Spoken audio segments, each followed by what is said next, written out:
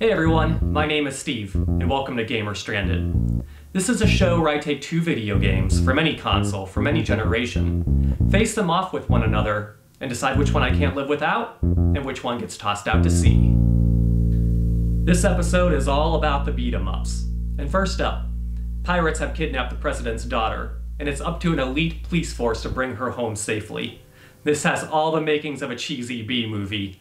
It's Dynamite Cop. Released in 1998, Dynamite Cop was known as Dynamite Deca 2 in Japan. The first Dynamite Deca was released here in the States under the Die Hard license, and known as Die Hard Arcade. What really makes this game unique is that it really captures the arcade look and feel. And I think Dynamite Cop kind of takes pride in itself for having this strange sort of humor to it. Even though you're bashing in skulls, it kind of has this hilarious undertone, like, you know, you're using a large tuna to hit someone with. Has time been gentle to this excellent Dreamcast beat-em-up? Is Dynamite Cop still explosive, or has the spark gone out? I think it might be safe to say that the Sega Dreamcast was the last console to have some truly great beat-em-ups. Although super short, Dynamite Cop qualifies as one of said games. This game offers up a near-perfect arcade-like experience, and the combat is fast, fun, and pretty humorous at times.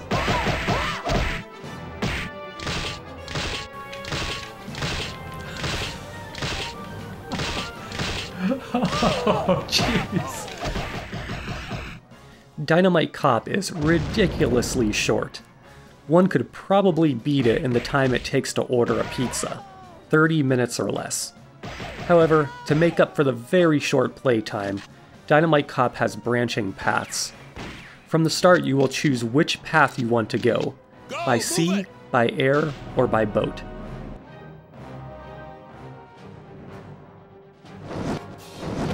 Each scenario has different environments that all merge together towards the middle of the game. And though this short playtime may seem like a negative, it's really not. I find it really adds to the arcade feel you get while playing.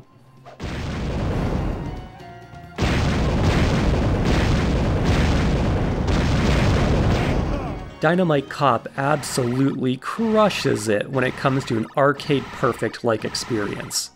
I might as well be standing in front of a real cabinet. Well, okay, maybe not that good. But when it comes to gameplay, Dynamite Cop pulls no punches. Haven't you found her yet? Never mind. It's time. Fighting is explosive and quite humorous. There is a complete arsenal of weapons at your disposal. Everything from a salt shaker to a nuclear missile. And after you get done blasting some baddies with a machine gun, heck, why not pick up a vacuum cleaner, a mannequin, or even a large tuna and proceed to bash your enemies even more. Who's laughing now, buddy?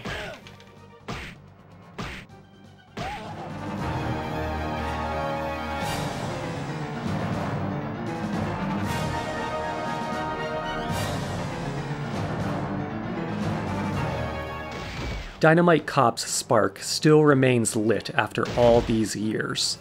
The gameplay is fast, furious, and most of all, fun.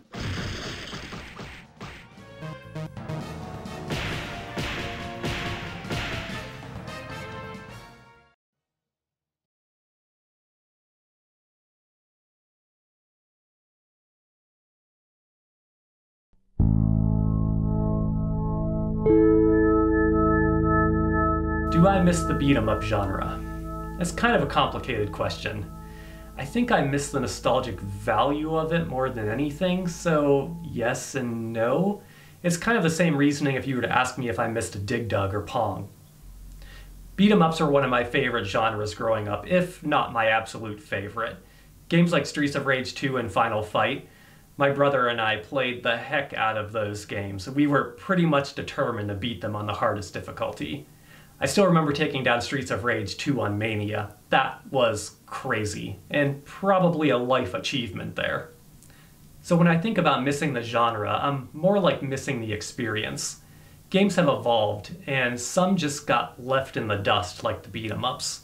I don't know if developers just lost interest, or maybe the fall of arcades had something to do with it. I don't know. But I would really love to see the beat-em-ups get a breath of fresh air. Maybe give them RPG elements, but I don't know, I think I'd rather just see something new and different done with them. Beat-em-ups need to evolve. This next game has pretty much your run-of-the-mill beat-em-up storyline. Someone's wife or girlfriend gets kidnapped, and it's up to an elite bunch of badasses to put things right. This usually involves beating up every 80s punk reject in sight. This is Kaido. First, I want to point out that Kaido has probably one of the best covers in my entire library. Drawn by comic book artist Joe Mad, this cover is just amazing, and I feel it really captures the essence of the beat-em-up genre. Can Kaido give a swift roundhouse kick to Dynamite Cop's explosive action? Let's find out.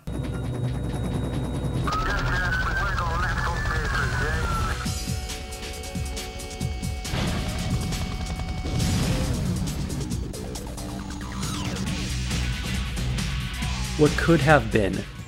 Kaido had so much potential but completely falls flat in the gameplay and graphics department. It seems like Kaido may have suffered from not spending enough time in the oven. The controls and the graphics just seem undercooked. But underneath the clunky controls and the fairly messy and crude graphics, there is a good game that's just screaming to be set free.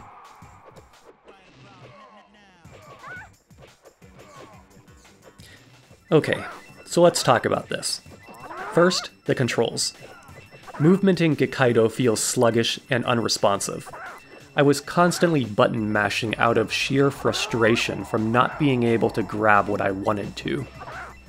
And when I was finally able to pick up a crate or a gun, it seemed impossible to actually aim and connect with a target. Okay, the dog's on my face. Okay, the dog's really on my face. Next, let's talk about the graphics. I'm fully aware that this is a PS1 game, but this game is noisy, extremely noisy, and I can't tell if this was a design choice or a limitation of what could be achieved. The characters themselves don't look horrible, but I don't know, I feel like with more time and resources, this could have looked much better. Or maybe a different graphical style altogether would have been the way to go.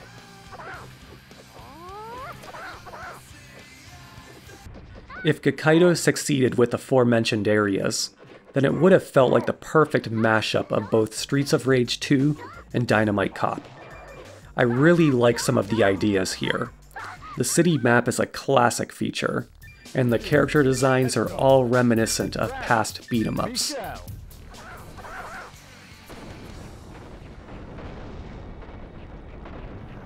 Kaido seems to fit into this weird purgatory of quality. It's not bad, but it's not good either.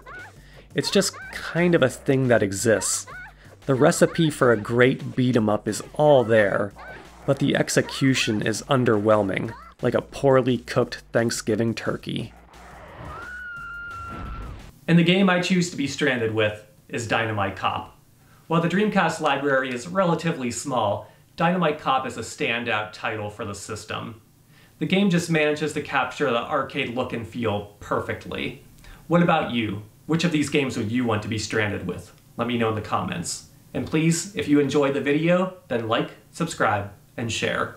Thanks for watching.